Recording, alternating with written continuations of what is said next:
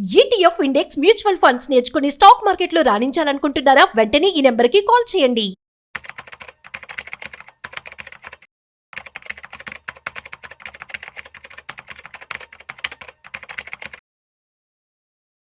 నమస్తే, నేను జీవి సత్యనారాయణ. జనరల్గా మనం రైళ్లలో జర్నీ చేస్తుంటాం. స్లీపర్ అంటారు, జనరల్ అంటారు, థర్డ్ ఏసీ, సెకండ్ ఏసీ, ఇలా ఏవైతే ఉన్నాయో దాంట్లో ఎన్ని ఫీచర్స్ ఉంటాయి, ఏ ఫీచర్కి ఏమేంటిది అనేది చూద్దాం. మొత్తం అసలు ఏమేమి ఉంటాయి. జనరల్గా ఈ రైళ్లలో ప్రయాణించే వాళ్ళు ఎక్కువ శాతం ఏసీ, నాన్ ఏసీ అందరికీ తెలిసింది. ఈ ఏసీలో కూడా 1A, 2A, 3A అని ఉంటుంది. అంటే వందే భారత్ ట్రైన్స్ వచ్చాక ఇంకా ఫీచర్స్ పెరిగినాయి అనమాట. ఈ ఫీచర్స్ ఏమేమి ఉంటాయి, ఎలా ఉంటాయి అనేది చూద్దాం. ఈసీ, సీసీ క్లాసులు కూడా చాలామందికి అవగాహన ఏర్పడ్డది ఇది వందే భారత్ వచ్చిన తర్వాత. అయితే ఈ మధ్య కొన్ని రైళ్లలో 3E అని కూడా ఒక క్లాస్ ఉంటుంది. ఇవన్నీ తెలవడం వల్ల ఏంటిదంటే, రైలు జర్నీ ఎవరైతే ఎక్కువ శాతం చేస్తుంటారో వాళ్ళు కనుక ఐడియా ఉంటే ఓకే, లేదు ఇవి దీనివల్ల వాళ్ళకు ఉపయోగపడుతుంది. మనం కూడా ఒకవేళ రాబోయే రోజుల్లో ట్రైన్ జర్నీ చేయదలుచుకుంటే ఏది చూస్ చేసుకోవచ్చు, ఎలా చూస్ చేసుకోవచ్చు ఒక ఐడియా కోసం. ఇక తర్వాత ఇప్పుడు ఈ వందే భారత్ శాఖ రైళ్లలో కొన్ని 3E వస్తుంది. అయితే మళ్ళీ ఇప్పుడు ఈఏ వంటివి కూడా అప్పుడప్పుడు ఇప్పుడు దర్శనం ఉన్నాయి, అంటే కనపడుతుంది. ఈ కోడ్లు ఏమేమి చూస్తాయి, ఈ రైల్వేలో అసలు ఆ కోడ్ వల్ల ఏం తెలుస్తుంది. సపోజు ఏసీ స్లీపర్ అనుకోండి, 1Aగా పేర్కొంటారు. ఇందులో 4 లేదా 2 బెర్తులతో కూడినటువంటి కంపార్ట్మెంట్లు ఉంటాయి.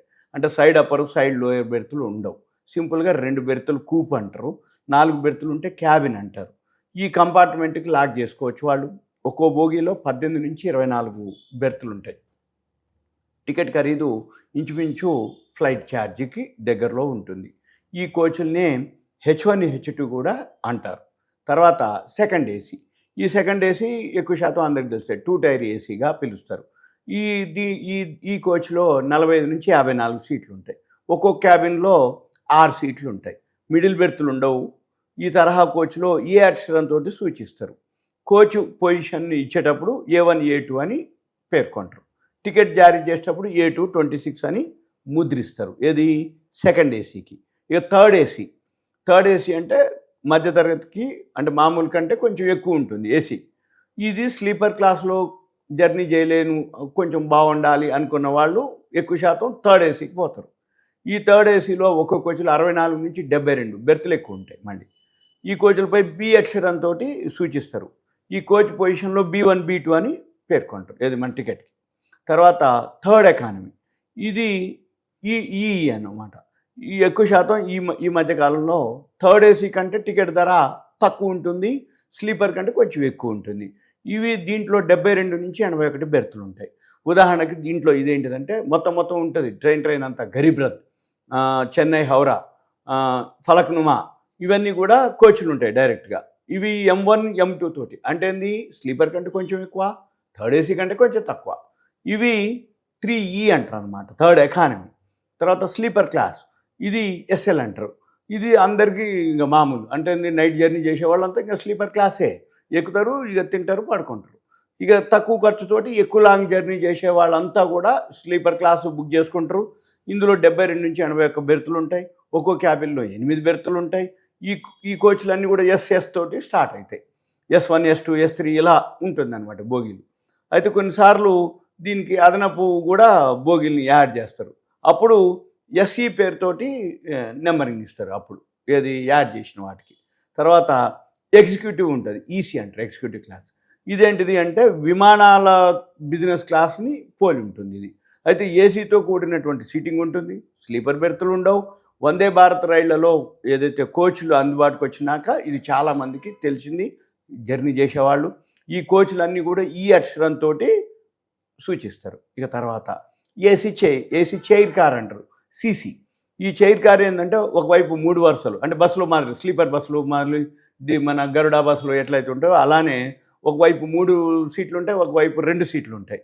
ఇవి పగటిపూట జర్నీ చేసేవాళ్ళు ఏసీలో మంచిగా కూర్చొని జర్నీ చేస్తారు, ఏసీ చైర్ కార్ అంటారు. ఇప్పుడు ప్రజెంట్ అవి వందే భారత్లోనే ఉన్నాయి. వందే భారత్లో ఈ కోచ్ని C అక్షరంతో సూచించడం జరుగుతుంది మన టికెట్లకి. తర్వాత ఎగ్జిక్యూటివ్ అనుభూతి అనమాట, దాన్ని EA అంటారు, ఎగ్జిక్యూటివ్ అనుభూతి. ఈ శతాబ్ది వంటి రైళ్లలో ఎగ్జిక్యూటివ్ అనుభూతి క్లాసులు కనిపిస్తాయి. టికెట్ బుక్ చేసేటప్పుడే ఈఏ పేరుతోటి కోచ్లు ఉంటాయి. దీంట్లో ఏసీతో కూడినటువంటి 56 చైర్లు ఉంటాయి. సినిమాలు, మ్యూజిక్ వస్తాయి, ఎల్సిడి స్క్రీన్లు ఉంటాయి, తర్వాత హెడ్ ఫోన్లు ఇస్తారు, మళ్ళీ ఆటోమేటిక్ డోర్స్ ఉంటాయి. ఇవన్నీ కే అక్షరంతో పోలుస్తారు. తర్వాత విస్టోడామ్ ఈవీ అని ఉంటుంది. పర్యాటక ప్రాంతాలు అంటే టూరిస్ట్ ప్లేసులకు నడిపే రైళ్లలో విస్టోడామ్ కోచ్ల్ని రైల్వే శాఖ ఏర్పాటు చేయడం జరిగింది. మనం అంటే సైట్ సీయింగ్ మాదిరి, అంటే మనం ప్రకృతి అందాలు అంటే ట్రైన్లో జర్నీ చేస్తుంటాం, ప్రకృతి అందాలని చూడాలనుకుంటాం. ఈ కోచ్ల్లో అద్దాలు ఉంటాయి అన్నమాట. మనం అద్దం పక్కన కూర్చొని మంచిగా బయట చూసుకుంటూ ఉండొచ్చు. అయితే వీటికి ఏంటంటే నాన్ ఏసీ కోచ్లను డీవీ అని, ఏసీ కోచ్ల్ని ఈవీ అని పిలవడం జరుగుతుంది. విశాఖ, అరకు ఇవన్నీ ఇలానే ఉంటుంది. అంటే ఏంది, ఆ ట్రైన్లో ఎక్కితే అందరు కిటికీ పక్కన కూర్చొని చూస్తూ ఉంటారు అనమాట, విశాఖ నుంచి అరకులో వరకు.